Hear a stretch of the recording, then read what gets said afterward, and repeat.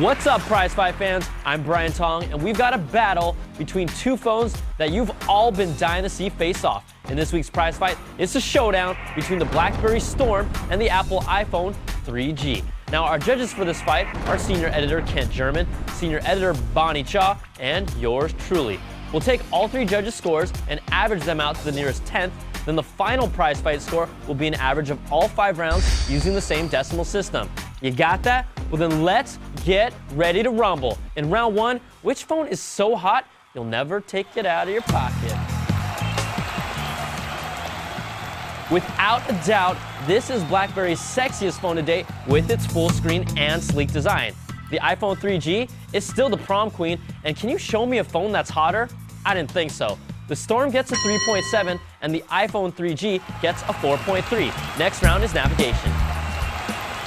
The Storm's SurePress click screen is a unique idea, but its execution falls a little short.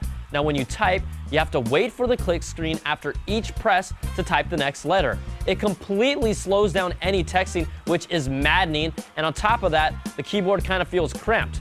The biggest is jumping through the OS. It's slow, and even after the firmware update, there are still some graphical bugs. The iPhone's touchscreen isn't for everyone, but you don't need a manual for it. Navigating is snappy, and jumping into the apps are smooth. You will encounter a crashed app once in a while, but its speed and ease of use shine in this round. The iPhone 3G gets a 4.7, and the Storm gets hit hard with a 2.7. After averaging 2 rounds, the iPhone leads 4.5 to 3.2, and that's a huge gap already. Next up is features.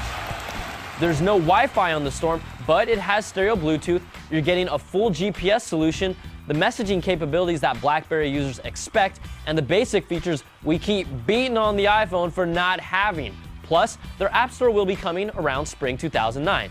Now, the iPhone 3G has Wi-Fi, and the App Store has taken on a life of its own. But it's been over a year, and the iPhone still doesn't have basics like multimedia messaging, voice command, and video recording.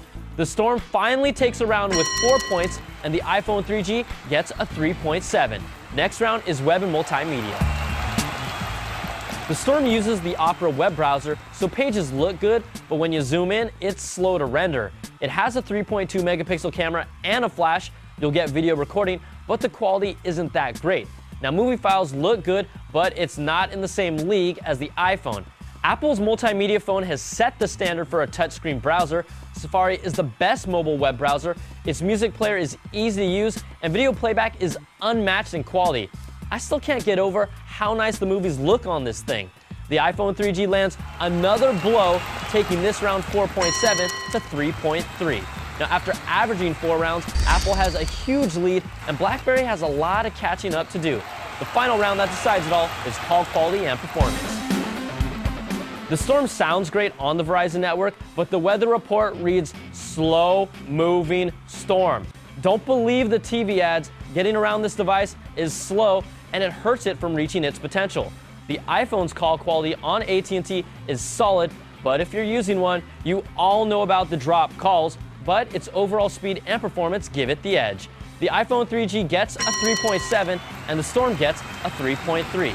So let's average the scores, and after 5 rounds, the iPhone 3G runs away with this one, 4.2 to 3.4, and is your prize fight winner.